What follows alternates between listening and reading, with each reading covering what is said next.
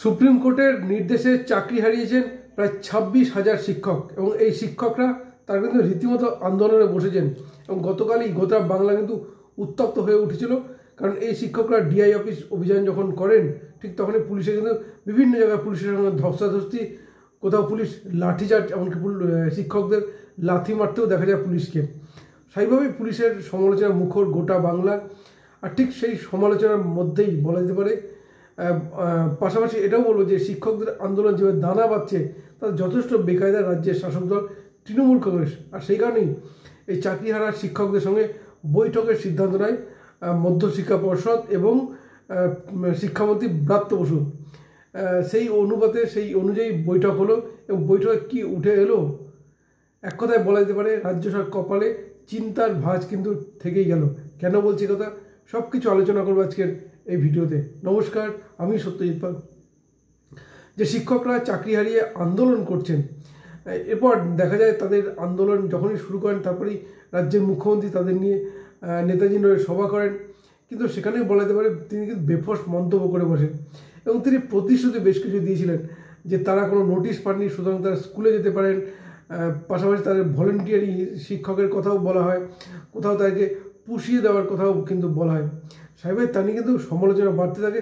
এমনকি আমরা জানি সুপ্রিম কোর্টে আদালত অবমাননার মামলাও হয়েছে এবং ঠিক সেইখানে দাঁড়িয়ে জুনিয়র বা শিক্ষকরা তারা কিন্তু রীতিমতো জানেন যেহেতু আদালতের নির্দেশ, সুতরাং রাজ্য সরকার চাইলেও কোনো ব্যবস্থা নিতে পারবে না। কোনো কিছু করতে গেলে আদালতের নির্দেশ নিয়ে আসতে হবে।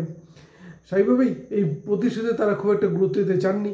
আর ঠিক সেই কারণে যখন আন্দোলন যখন দানা বাঁধছে, কোথাও শিক্ষকরা অনশনে বসে পড়ছেন এবং দেখা যাচ্ছে বিরোধী বিভিন্ন রাজনৈতিক দল বা সাধারণ মানুষ এই শিক্ষকদের সমর্থন জানাচ্ছেন, স্বাভাবিকভাবে বেকায়দায় পড়ে বৈঠকের সিদ্ধান্ত নেন। কিন্তু আজ যে বৈঠকটা হলো তাতে একটা জিনিস স্পষ্ট যে কোনো কিন্তু সঠিক নির্দেশিকা আসেনি। অর্থাৎ এই যে জুনিয়র শিক্ষকরা, যা চাকরিহারা শিক্ষকরা, তারা কিন্তু স্পষ্টই বলেছেন যে যতদিন সমস্যার সমাধান না হচ্ছে তারা আন্দোলন চালিয়ে যাবেন। অর্থাৎ আন্দোলন তোলার কোনো কথাই কিন্তু কনফার্ম হয়নি। দ্বিতীয় যে জিনিসটা তারা হচ্ছে ওই মার্কশিট যে মেরিট যেটা রয়েছে তা কিন্তু প্রকাশ করতে হবে এবং শিক্ষামন্ত্রী নিজে বলেছেন যে আগামী 2 সপ্তাহের মধ্যে হয়তো তা প্রকাশ করা হবে। দেখা যাক আসে কিনা। এবং যোগ্য অযোগ্য মেধা সেটাও নাকি রাজ্য সরকারের মধ্যে এসএসসির কাছে রয়েছে এবং তারা এই প্রকাশ করবে। এখন দেখা যাক প্রকাশটা হয় কবে। এবং আরও যেটা ব্রাত্য বসু যখন মন্তব্য করেন তখন কিন্তু অনেকটা যদি বলা যায় অনেকটা সাবধানী হয়ে কিন্তু মন্তব্য করেন।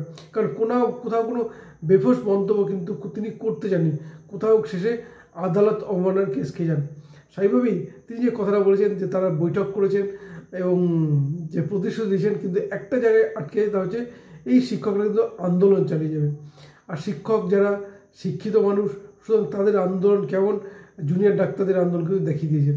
জুনিয়র ডাক্তাররা আন্দোলন যেমন করলেন ঠিক তেমনই কলকাতা পুলিশ কমিশনার, তৎকালীন পুলিশ কমিশনার বিনীত গোয়েলকে সিট দ্বারা উপহার দিয়েছিলেন এবং তারা যখন স্বাস্থ্য ভবন অভিযান করেন সেখানে কিন্তু ব্রেন উপহার দিয়েছে। অর্থাৎ আন্দোলনকে নতুনত্ব নিয়ে এসেছিলেন এবং এই শিক্ষকরা যদি আন্দোলনে বসেন ঠিক একই রকম নজর করা আন্দোলন যে হবে তা বলার অপেক্ষা রাখে না। আর সেই কারণে তড়িঘড়ি বৈঠকটা করলেন, কিন্তু বলা যেতে পারে কোনো বৈঠকে কিন্তু কোনো সমাধান সূত্র এলো না। এবং যে প্রতিশ্রুতি হয়তো তাদেরকে দেওয়া যেতে পারে যে হয়তো তারা সুপ্রিম কোর্টে আপিল করবেন যে পুনর্বিবেচনা, যে রায় দিয়েছে সুপ্রিম কোর্টের প্রধান বিচারপতি ডিভিশন বেঞ্চ, এই রায় পুনর্বিবেচনা করা হোক, এই আবেদনটা করতে পারেন। কিন্তু বলা যেতে পারে যে এই আন্দোলন বা শিক্ষক যে জটিলতা তৈরি হতে, সেই জটিলতার কোনো কিন্তু নির্দেশিকা এলো না। এমনকি ব্রাত্য বসু কথা বলার সময় প্রত্যেকটা সেন্টেন্স যে ব্যবহার করেছেন তা কিন্তু যথেষ্ট সাবধানী হয়েই কথা বলেছেন। কি বলবেন আপনারা? সমাধান কি মিটবে নাকি এইভাবেই চলতে থাকবে? অবশ্যই জানাবেন কমেন্ট করে।